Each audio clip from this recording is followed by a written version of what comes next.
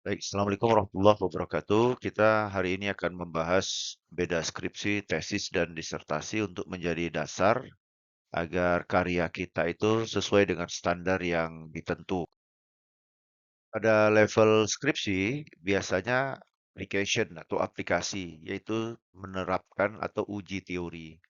Pada level S2, mulai terjadi inovasi atau pengembangan, ya, hingga menghasilkan karya inovatif dan bisa diuji dengan pendekatan interdisipliner atau multidisipliner. Di sini penelitian tesis sudah mulai analisis ya sehingga memahami teori-teori yang sudah berkembang berkaitan dengan tema atau topik yang sedang kita bahas. Sedangkan pada level S3 itu sudah mulai pada level invention atau menciptakan, menghasilkan, menemukan karya kreatif atau original dan bisa diuji dengan pendekatan interdisipliner, multidisipliner atau transdisipliner. Nah, kalau dari sisi tujuan ya, pada level skripsi itu sekedar kita ingin buktikan kemampuan mahasiswa dalam menerapkan teori ya. Apakah dia mampu menjelaskan pengaruh X terhadap Y sesuai dengan teori ya, atau misalnya hasil penelitiannya ternyata tidak sesuai antara teori yang sedang dia uji. Sedangkan di level S2, tujuannya mengembangkan teori dan menghasilkan solusi baru berdasarkan penelitian yang lebih kompleks. Jadi di level S2 kita sudah menuntut adanya kontribusi ya, terutama way out atau solusi dari masalah yang diteliti. Nah, di level S3 tujuannya sudah mulai menemukan, menghasilkan, atau bahkan mengembangkan teori, konsep, atau gagasan ilmiah baru dan memberikan kontribusi bagi perkembangan ilmu pengetahuan. Nah, di level S1, penelitian itu hanya sekedar mengaplikasikan konsep teoritis pada permasalahan tertentu ya. Sedangkan di level S2 itu sudah mulai ada pengembangan ilmu dan di level S3 memang penelitian secara mendalam dengan pendekatan interdisipliner, multidisipliner atau transdisipliner. Dari sisi metode penelitian di level S1 itu cukup menggunakan metode deskriptif atau studi kasus ya dengan data primer atau sekunder ya. Kalaupun menggunakan penelitian kualitatif atau kuantitatif, ya dia bisa dilakukan dengan metode penelitian yang sederhana. Kalau kuantitatif bisa regresi, linear sederhana atau linear berganda, atau bisa juga menggunakan SEM atau menggunakan data time series ya, menggunakan aplikasi.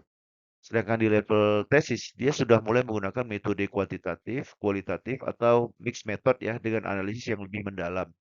Nah, di level S3 itu lebih kompleks lagi ya, terutama menggunakan mixed method ya, atau metode eksperimental atau kajian teoritis yang lebih mendalam. Dari sisi kontribusi, ya level S1 itu cukup memvalidasi atau membuktikan bahwa teori yang diteliti itu sudah ada dalam konteks yang sudah dia bahas. Di level S2, teori itu dikembangkan, ya, dan ada solusi alternatif yang diberikan. Nah, di level S3, itu kita sudah mulai menghasilkan teori atau konsep baru yang orisinal dan inovatif, ya.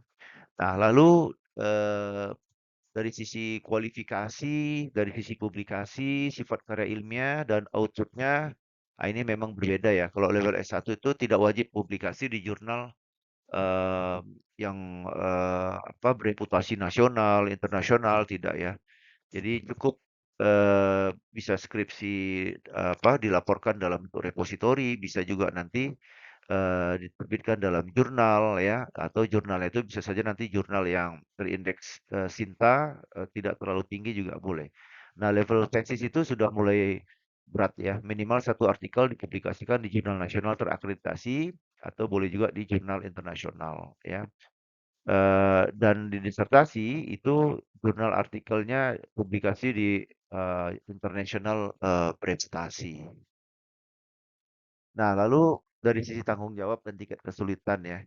Kalau di level S1 itu tanggung jawab itu bagi si mahasiswa yang bersangkutan supaya dia paham ya bagaimana menerapkan metodologi ilmiah dalam sebuah penelitian. Nah, di level S2 dia sudah bertanggung jawab dalam pengembangan ilmu dan solusi ya, apa yang bisa dia berikan sebagai seorang ilmuwan. Nah, di level S3 dia bisa menghasilkan teori, konsep, ya, kebijakan, pengetahuan baru yang itu nanti bisa digunakan sebagai kontribusi yang memiliki dampak luas baik kepada masyarakat, kepada industri, pada regulator ya dan lain sebagainya. Nah, dari sisi tingkat kesulitan memang kalau S1 itu lebih sederhana ya, karena dia berbasis teori yang sudah ada. Nah, di level S2 agak naik sedikit tuntutannya, analisisnya lebih mendalam, dan dia harus mampu memberikan pemecahan masalah yang lebih kompleks atau solusi ya dari masalah yang dia teliti. Nah, di level S3 ini lebih complicated ya, karena menuntut adanya kebaruan ya, ada novelty ya dalam teori atau konsep ya atau pengetahuan ya dan harus ada kontribusi signifikan terhadap pengembangan keilmuan. Kira-kira dia mau memberikan konsep baru apa terhadap ilmu yang sedang dia bahas topiknya ya.